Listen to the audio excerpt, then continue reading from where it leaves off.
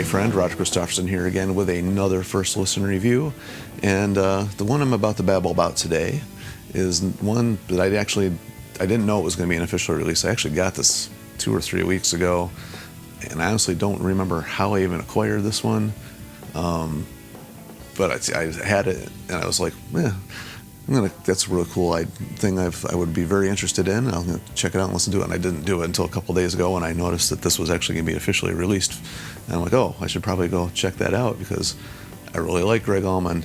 And it's funny because I came to know like the Allman Brothers and all that because of Gregg and his solo release, I'm No Angel. And I know my musical, vision back then, tastes were a little bit more narrow-minded, but that song opened me up to the world of the Allman Brothers, and I just remember going back and listening to all the Allman Brothers after getting I'm No Angel. I, of course, had heard, all the Allman Brothers hits and stuff on the radio, but a couple of them, like Whipping Post was one of my favorite ones, and Midnight Rider. I remember going out and getting Seven Turns, or Seven Bridges. What the hell is that? Jeez. Sorry, it's like 6 o'clock in the morning here. I'm like a little bit more tired than normal. You can probably hear it in my voice, but early day. Again, I hit the road this weekend, so I'm a little bit fuzzy right now. But anyway, went out and got that as my first Allman Brothers album, and just love the Allman Brothers from that point. In fact, I got to see the Allman Brothers like way back, and I remember the concert. In the middle of the concert, the lights came up. Like an hour into it, they just walked off stage. House lights came on, people started walking out. I'm like, well, what the heck? That was odd. And then all of a sudden they announced over the speakers, oh, the Allman Brothers is taking an intermission, taking a little break. They're coming out and do a second set here in a little bit. And I was like, oh, that's odd. They waited till like a quarter of the people got up and walked out before they even announced that. It was really strange. But anyway, great show. Love that show. I was really close to the stage too. I was probably like, 7 or 8 rows back, like on the side, like right on the Gregg side. So I had the cool seats. That was pretty cool. I was probably early 20s then when I saw those guys. So great show.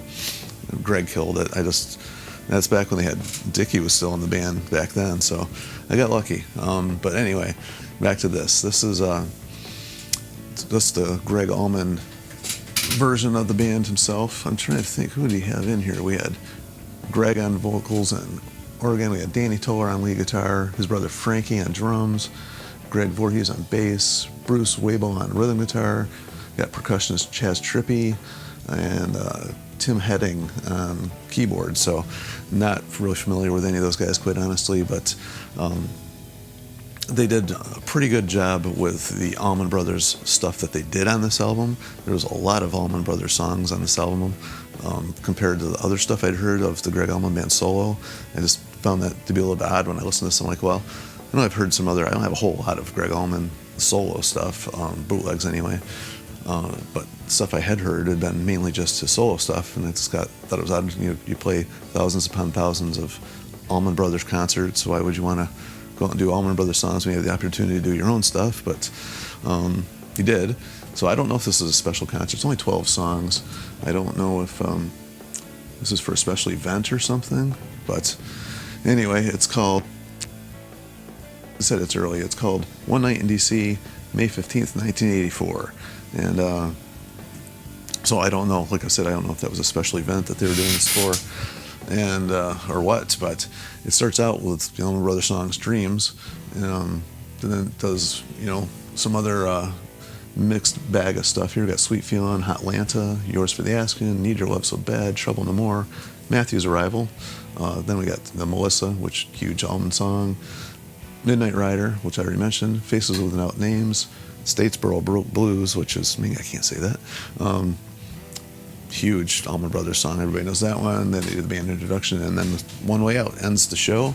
I was surprised they didn't do Whipping Post, or, a couple, I guess that would have been an instrumental. The other, what was the other one? You're My Blue Sky, didn't do that. Of course, that was more of a Dickie song, I guess. But anyway, just rambling, babbling, as we say. That's why I say I babble, because that's what we do on here. Wasn't really planning on doing a review of this, but I got done listening to it, and I thought it was super cool. So if you're an Allman Brothers fan, if you're a Gregg Allman fan, this is a great combination of those things. Like I said, for me, this is what started it all was Gregg Allman himself. Just love his soulful singing. It's funny because on this one, I was going to say this was kind of a negative, but after listening to it, it turned out to be more of a positive. He sounded off. When he first started singing, you can hear the struggling in his voice and the rawness, not really hitting all the notes quite as good as we're used to hearing him hit.